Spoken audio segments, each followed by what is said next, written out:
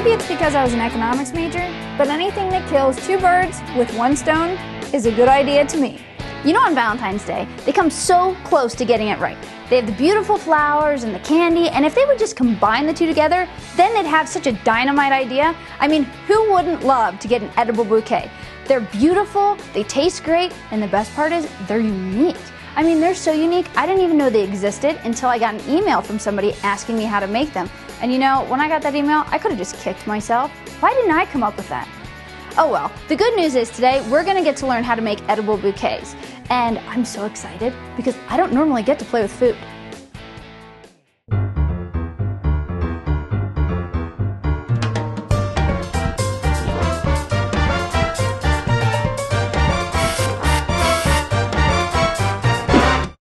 When it comes to cooking, Chef Jason Hill knows what he's talking about.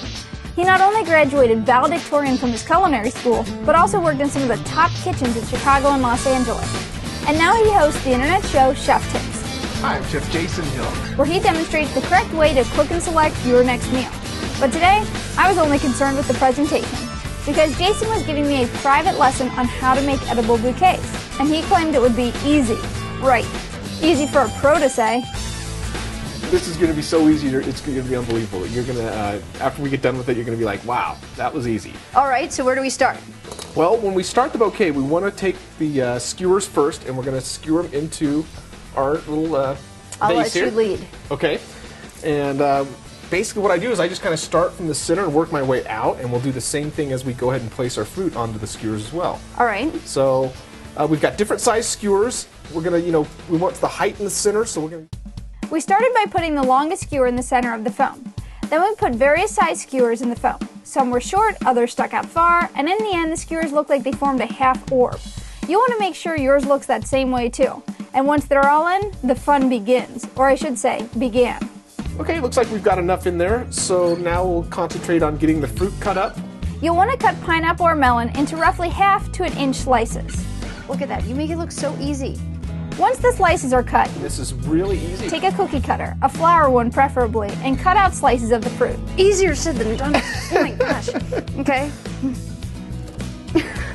This is why I don't do cooking shows. It was a little thicker than... Yeah, that was my fault. I cut this. After creating numerous flower-shaped pieces of pineapple and melon, resist the urge to eat them. I mean, I find myself tempted just to pick up the pineapple pieces that are scraps and just go... Oh, that's really good. They're the finishing touch for the edible bouquet. But before they can be put on the skewers, they need a center.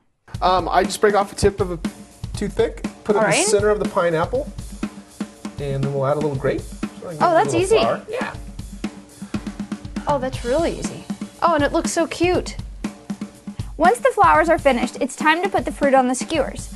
Start from the middle and work your way out. First, put grapes on the skewers. You can also use melon balls.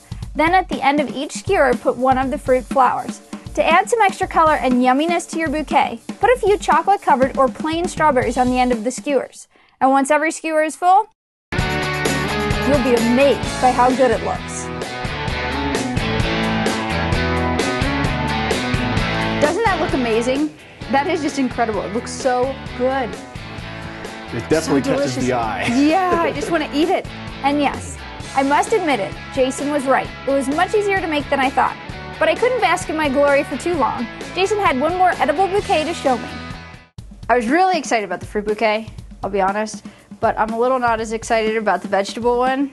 So if you can teach me how to make vegetables pretty, maybe I'll consider trying them. Great. Okay, well, yeah, let's get started. We've got a few items here for a veggie bouquet. All right, so where do we start? I'm going to make some radish roses, as you see here, and I'll show you how to do that. Oh, so you need the radishes, I'm guessing. Yeah, thanks. All right. So, do you need a special knife for this? I use a paring knife, and what a paring knife is just a little small utility knife. All right. It's good for fine cutting, small veggie cutting. This is what it's going to look like. Very cool. I'll do a little demo for you. I've already cleaned these and cut the stems off. All right. And to do this, all you need to do is you just take your knife and you just go straight down and come out, turn it, straight down and come out. You want to not go all the way through. And then you soak these in cold water for about, an hour or so, and it helps open them up. While it looks complicated, it's not hard at all. This isn't so hard. No. In fact, after one, I was feeling like a pro. Oh, that was easy. I was all worried. This is very easy to do. But luckily, Jason already had a lot pre-cut, so it was on to putting it all together.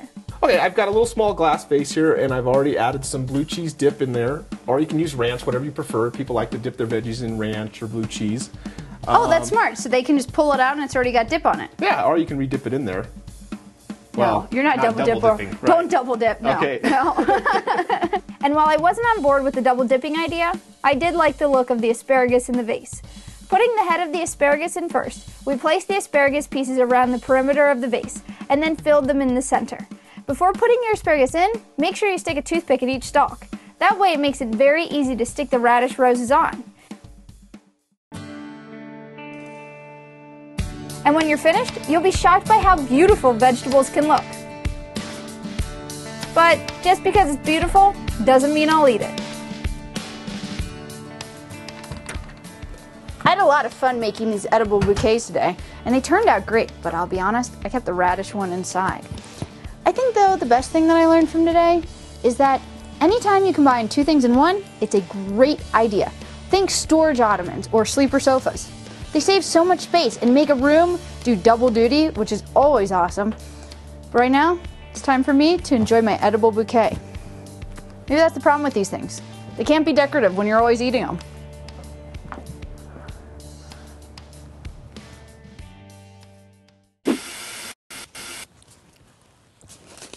If you'd like a personalized letter from me each week, visit askthedecorator.com and sign up for my email alerts. Plus, you'll get my latest videos sent straight to you. Now that's a good deal.